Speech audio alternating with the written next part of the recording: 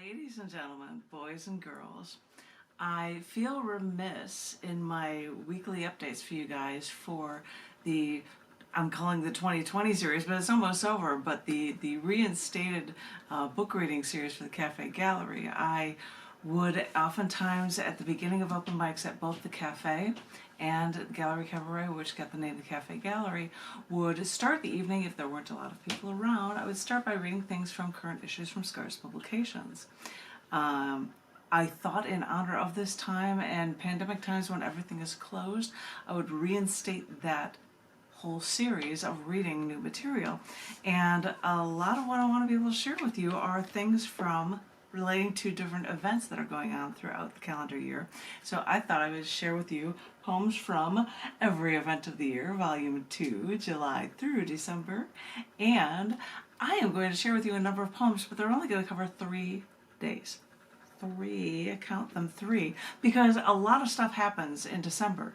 And when writing poetry every day and trying to come up with things for being related to different events that happen, you get a lot of material. So I thought I would just share with you material from I don't know, 3 different days.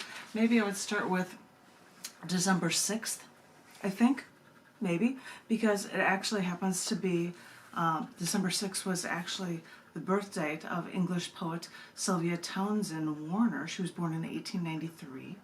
And it was also the birthday of the Scottish poet and songwriter Lady Grizel Bailli, who was born in 1746.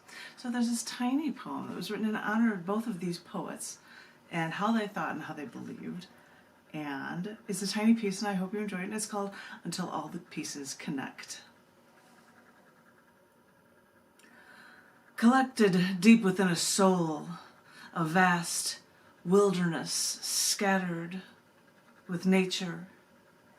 Escape to the sounds of crickets until a solemn train rumbles past in the distance. All are music to the ear and dance in the eternal cool twilight until all the pieces connect and you discover immortality.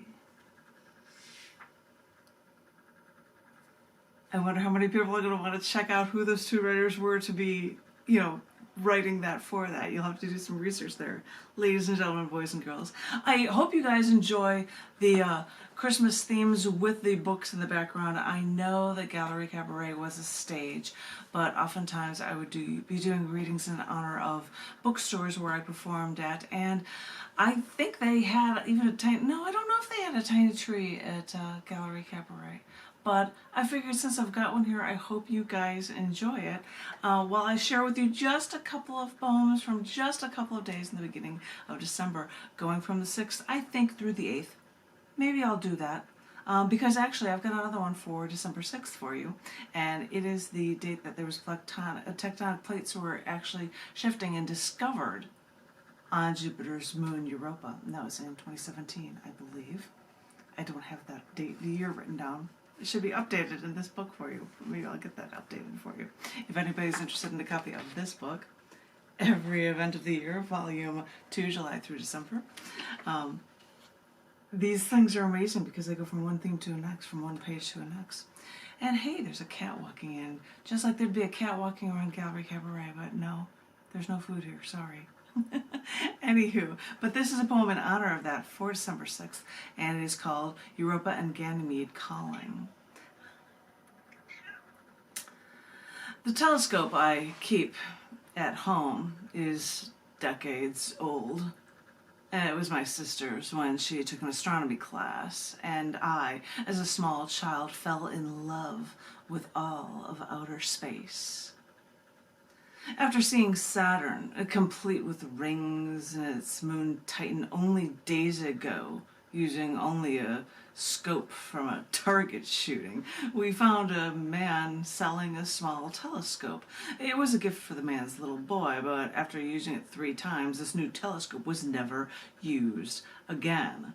Instant bargain, we thought, so we put it together, and even though it's cloudy out tonight, we had to break it in, figure out how to use this new telescope, this telescopic monstrosity compared to this decades-old model inside. And even through all of that haze, we could see Jupiter with the naked eye at night near our moon. But wait, as we zoomed in, we could even see Europa and Ganymede.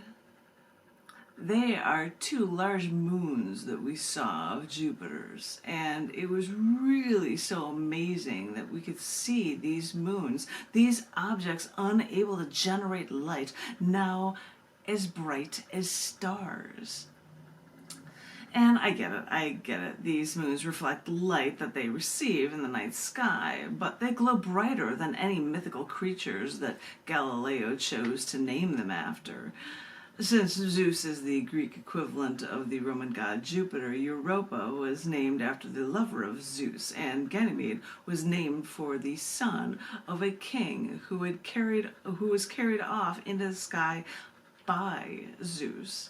And we were carried into the sky this night after it was far too late for any insects to suck on or sting on human flesh.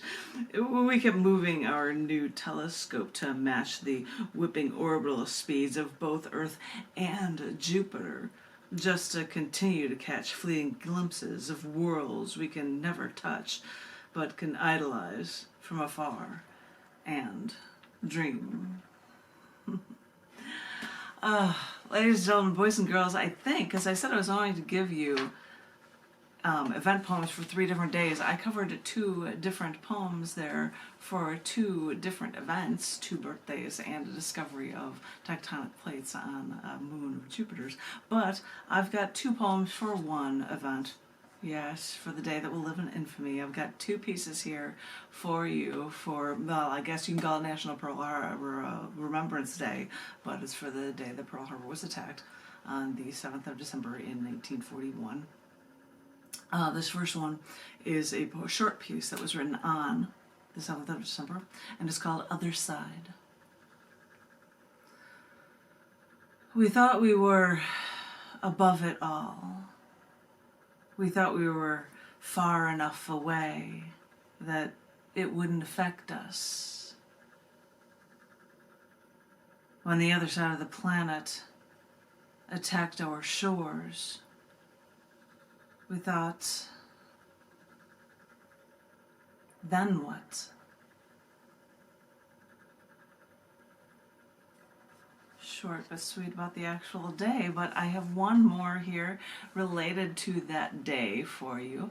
I don't know if people from the cafe would remember hearing this poem, but it was written during that time, I believe 2011, while I was running the cafe at the cafe on North Lincoln Avenue in Chicago. This poem is called Broke the Reflection. I dropped my mother's ashes down into the water.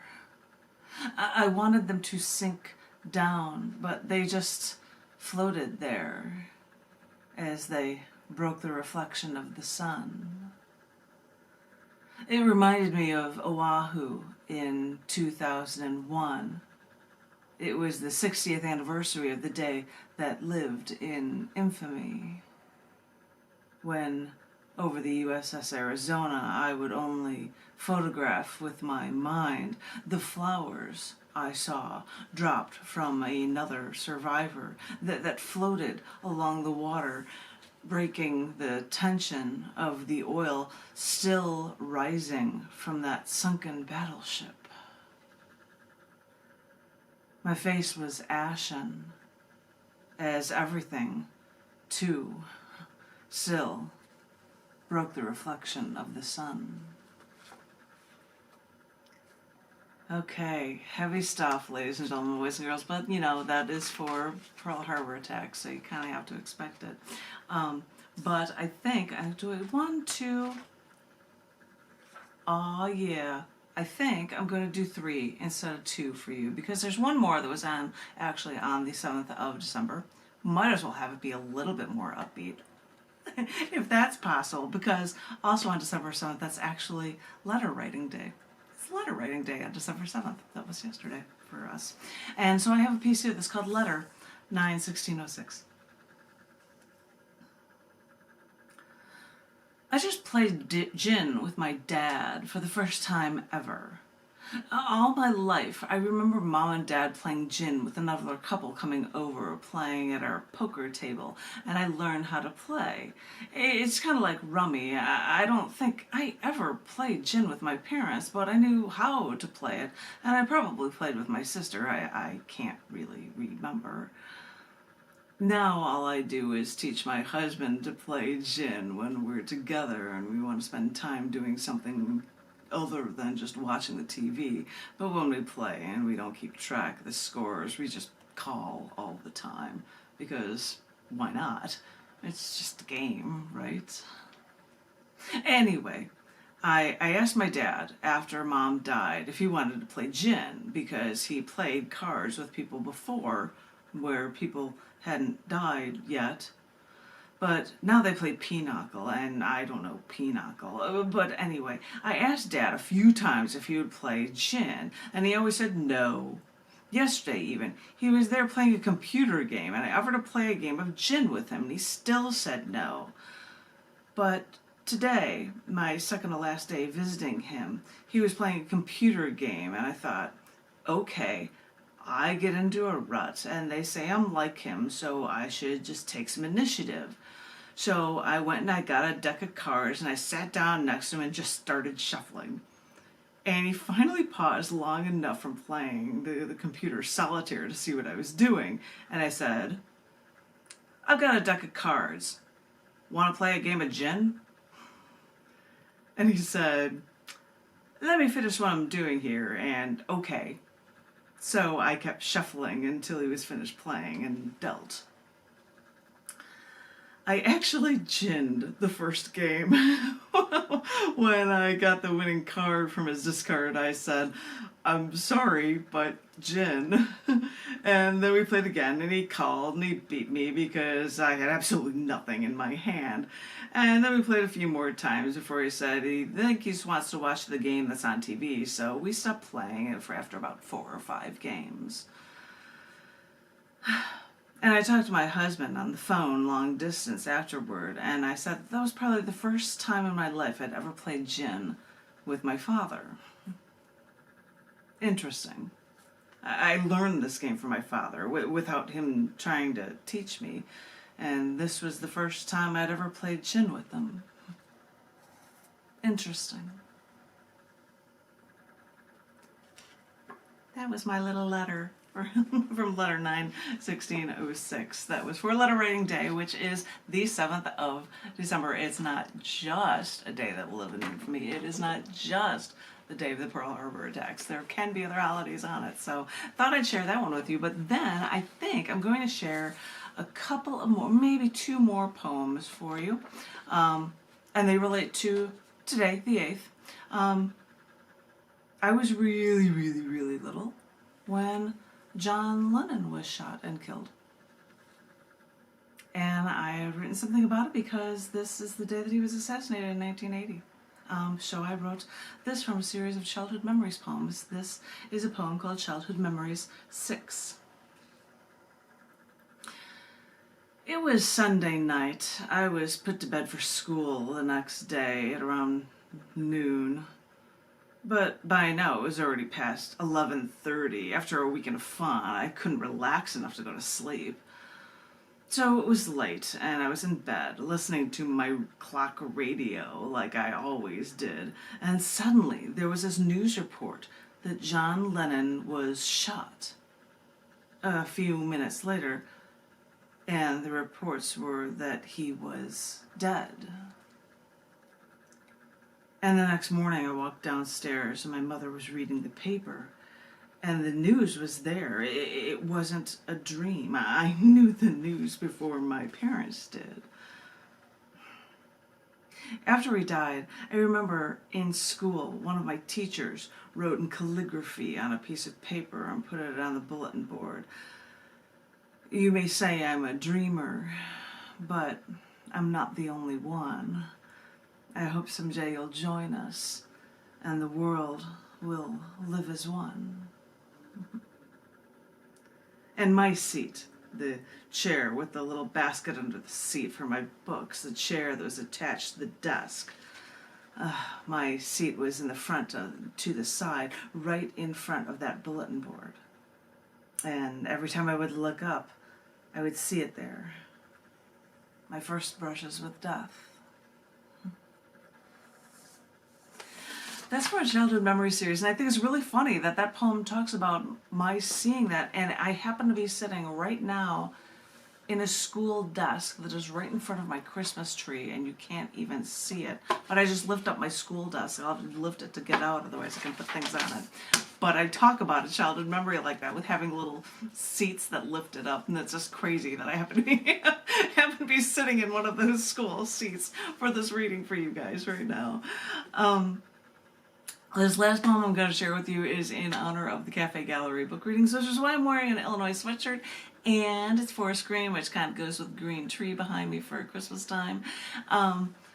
I hope everyone is doing well. I'll share with you one more, probably more uplifting poem that is for this holiday today on December 8th, and that is actually National Christmas Tree Day. So, seems like a fitting thing here to share this one with you. So I'm going to read this poem that is called Ornaments from My Childhood. The one thing you cannot forget is the tree. When I was just a little kid, we would sit around the tree in the front room.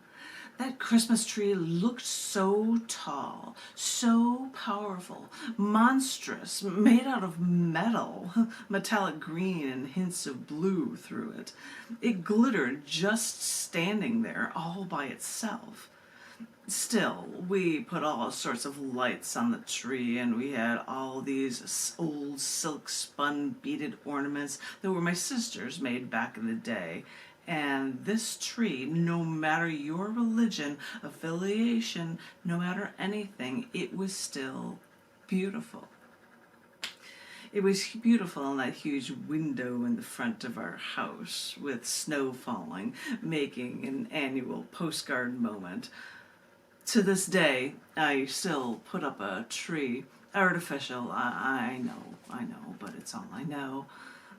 People may like the smell of a fresh-cut tree in the house, but I never understood wanting to be festive by cutting down a tree. I'd rather let things live. Like, this is a season of giving and sharing, and to me, destruction has no place here, or anywhere. Now I fill my tree with white lights and glass ornaments. It almost looks like a sparkling bubble bath. But I kept some of those oak silk-spun ornaments from my childhood to remember what the holiday was, but to also remember that for some reason, no matter your religious affiliation, the Christmas tree will always glisten and will always mean so much to me. Oh, that's a fun one, and I think I'm going to have to reach over and see if I can grab one of these silk-spun ornaments, because I don't know if they're all in view.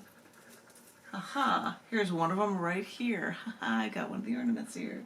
And they're all over on this tree as well. I can share that with you. I've got these old ornaments as well as new ones.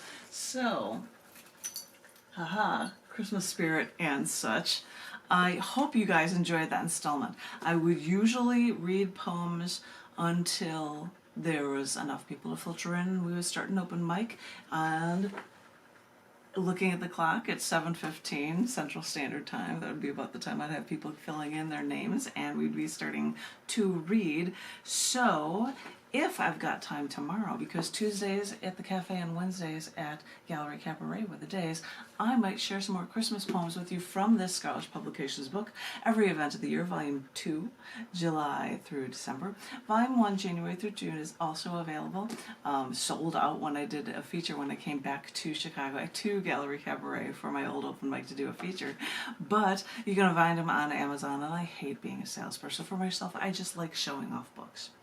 I hope that's cool with you guys. I hope that everyone is remaining safe now, especially in these pandemic, these coronavirus, that's not corona beer, this coronavirus times. I hope everyone is remaining safe. I hope everyone is remaining poetically or creatively inclined.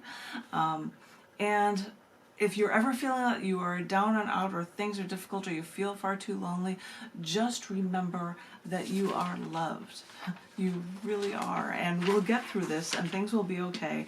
And I look forward to seeing all of you very, very soon. So I want each and every one of you to hang in there, be safe, and whatever your religious affiliations, have a happy, happy holidays.